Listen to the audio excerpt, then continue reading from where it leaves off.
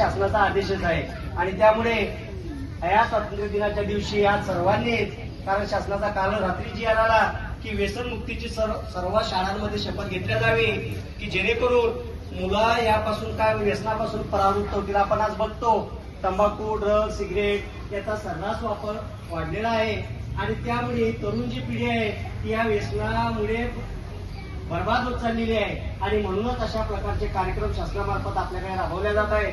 म्हणून सर्वांना मी विनंती करतो की मी आधी बोलणार आणि माझ्या पाठीमागे तुम्ही सर्वांनी एक शपथ आजची घ्यायची आहे. आम्ही या राष्ट्राचे विद्यार्थी आणि युवा आज गंभीरपणे अंमली पदार्थ मुक्त जीवन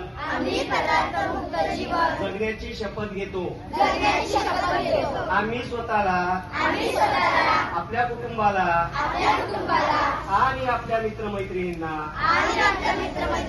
कोणत्याही प्रकारच्या अंमली पदार्थाच्या व्यसनापासून दूर ठेवण्याचे वचन देतो. आमच्या परिसरात अंमली पदार्थाचा वापर किंवा त्याची विक्री आम्ही कोणत्याही परिस्थितीत सहन करणार नाही.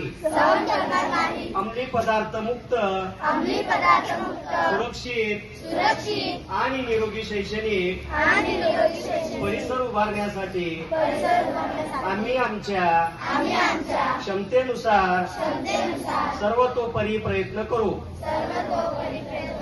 आणि अंमली पदार्थ मुक्त भारत घडविण्यासाठी सक्रिय योगदान देऊ.